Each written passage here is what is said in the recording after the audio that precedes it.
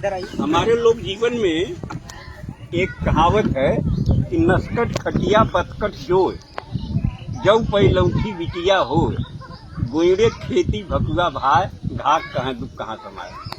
तो ये 3-4 चीजें कष्टकर है। इसी का थोड़ा सा विस्तार किया गया, एक नई बात मिल जाएगी। कविता का शीर्षक है चकटोनहरी चाची। इसको बहुत मंचों पर पढ़ा गया है, आकाशवाणी से पढ़ा गया, लोग पसंद करते हैं। वो शुरू करता है कि चकचोनहरी चाची कहत रहल नस्कट खटिया दुखदाई हो, बतकट मेहरारू अगर मिलल तो रचको नहीं भलाई हो। गरगोइड़े खेती बारी हो, पीठी पर भकुआ भाई हो, तो जाने अपने पूर्वज का बिगड़ल कुछ कर्म कमाई हो। सुधई बुधई दुनो भाईन में प्रेम रहल, खूब पटत रहल, ये जहाँ रहल संतुष्ट रहल, जेहन जांगर से कटत रहल। लेकिन देवरान जेठानिन में दोनों में नाही बनत रहल, बिस्कुट बानी हर समय रहल, आए दिन झगड़ा ठनत रहल। जन्म जन्म के दुश्मन इस दोनों जन आँखी में खटकें, उन्हें देख चौका पटकें तो उन्हें देख बेलना झटकें। सुख दुख के बाँटब दूर भयल, बोलब चालब भी विष होइया, मुँह झोरा ऐसा लटकाई लिहिन रुख दोनों के 36 होइया। गभुराए गजब बोली बोले आपस में, दोनों जरई लगिन वो बरई लगिन, भीतर भीतर अपने दुल्हन के भरई लगिन। भाई इनके पावन रिश्ता में दोनों मिल गजब गिराई दीन, और दिन रात कान फूकत फूकत पानी में आग लगाई दी। ताना तानी में बात बढ़ल, फिर भाईन में खटपट होइया, कुछ बनल गिरस्ती बिगड़ गई, खेती बाड़ी चौपट होइया। सुतहा रुपया कर्जा लेके छोटकऊ जने परदेश भगेन, बोझा ढोवे क मजदूरी कुछ एहर ओहर के करे लगेन। कम पढ़ा लिखा बुधई गंवार का काम मिले कोई लारी में, 12 घंटा टोकरी ढोए और कोयला बोझे लारी में।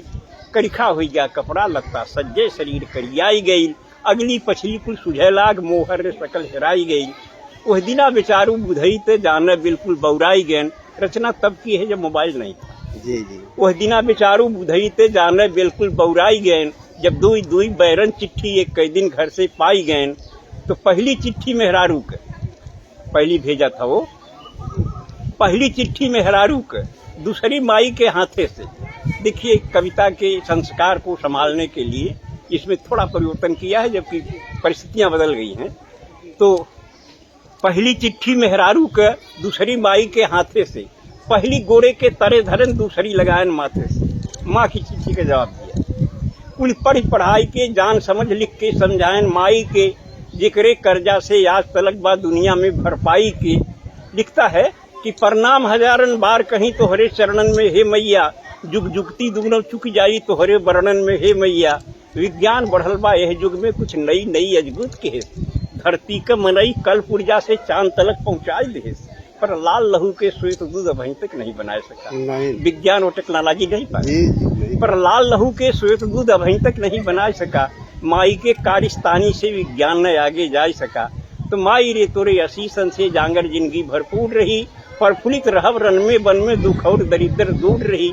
तोहरे पूजा तोहरे तप से खुशहाल हमार शरीर रही, विश्वास की हूँ तोहरे दूधे का कायम ही तहरीर रही। अरदास अंत पे बा मैया तू तनिक करेजा मोट की हूँ, आशीष देत की बेटवा के तू मापन आंसू पहुँच। फिर दूसरी बात जिसके लिए पूरी बात कही गई है कि फिर मेहरारू के लिखें, फिर मेहरारू के लिखें तो के चाही गहना सोना चानी, कंघी दर्पण चोटी चप्पल चोली चौकस चूनर धानी। पाती से पता लगल हमके ते हमरे बिना उदास है, ना खात है दाना पानी ते हरदम गारत आंस है। तो सीता हरण सुने होगी पंडित से कथा रामायण में, बिरहा चैता कजरी सोहर सावनी लावनी गायन में। जब पंचवटी में सीता के रावण धैलेस बरजोरी से, सीता का आंस बहे जैसे पानी बरखा के ओरी से। तब रावण बोलल है सीता को रावण पकड़ता है, रोने लगी।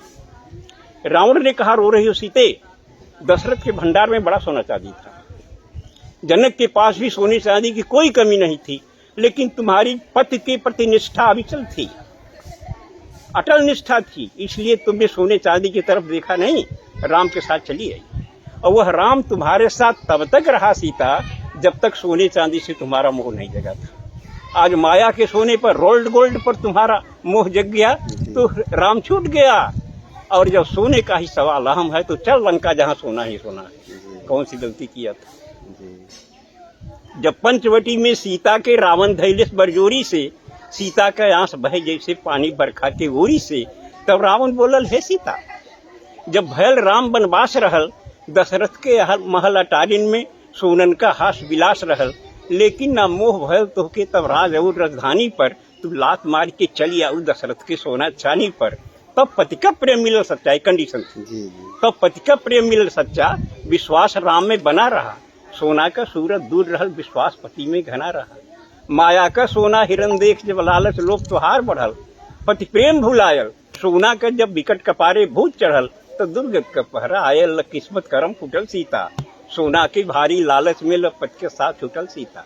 सोना का चाह तो है बाटे, तब तक बेकार कुल रोना हो, अब चला चली लंका नगरी, जोने में सोने सोना। ये बात याद कर रावण कहा, आवाज सही हो सदा रही, सुख वही मिली उतने जितना किस्मत में जिक्र बदा रही।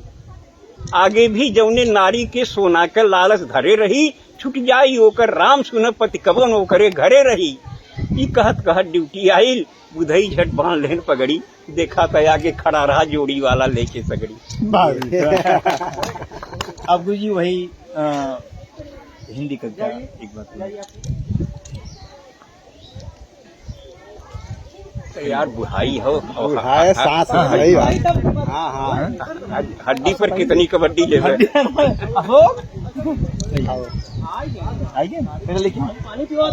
ठीक है, बैठिए, मैं सुना दे रहा हूँ। और नमामि गंगे कहाँ इस पर बहुत चल रहा है। सब लोगों ने अपनी अपनी और क्षमता के अनुसार, शैली के अनुसार कहा। लोक भाषा में से नहीं, अखड़ी में देखिए।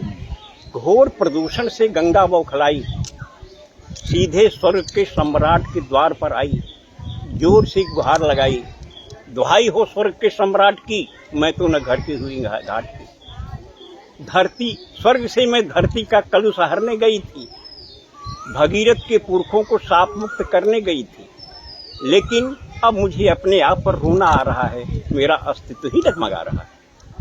देवराज बोले, गंगे तू कभी श्री हरिपद नख में समाई थी, ब्रह्मा के कमंडल में जगह बनाई थी, शिव के जटाजूट में भी लहराई थी। लेकिन जब विष्णु ने तुम्हें लात मार दिया, ब्रह्मा ने हाथ झाड़ लिया और शिव ने तुमको दिल दिमाग से उतार दिया, तभी तुम्हें तुम्हारी औकात बता दी गई, जब देवताओं का साथ छुड़ाकर तुम आदमी के साथ लगा दी गई। उतार दी गई। तभी तुमको तुम्हारी औकात बता दी गई, जब देवताओं का साथ छुड़ाकर तुम आदमी के साथ लगा दी गई। गंगे, तो युगों से तुम धरती का कलुष पी रही हो, एक छटपटाहट भरी जिंदगी जी रही हो। आदमी नहीं जानता कि यह तुम्हारी विवशता है कि महानता, लेकिन इतना सच जरूर है, ये तुम आदमी का कलुष न पचाती, उसको उसके ही प्रदूषण से न बचाती, तो अब तक उसके पाप का घड़ा भर गया होता और अपने ही प्रदूषण के जहर से आदमी मर गया होता। कैसा रहा ये? बहुत अच्छा गुरुजी। ए बेटा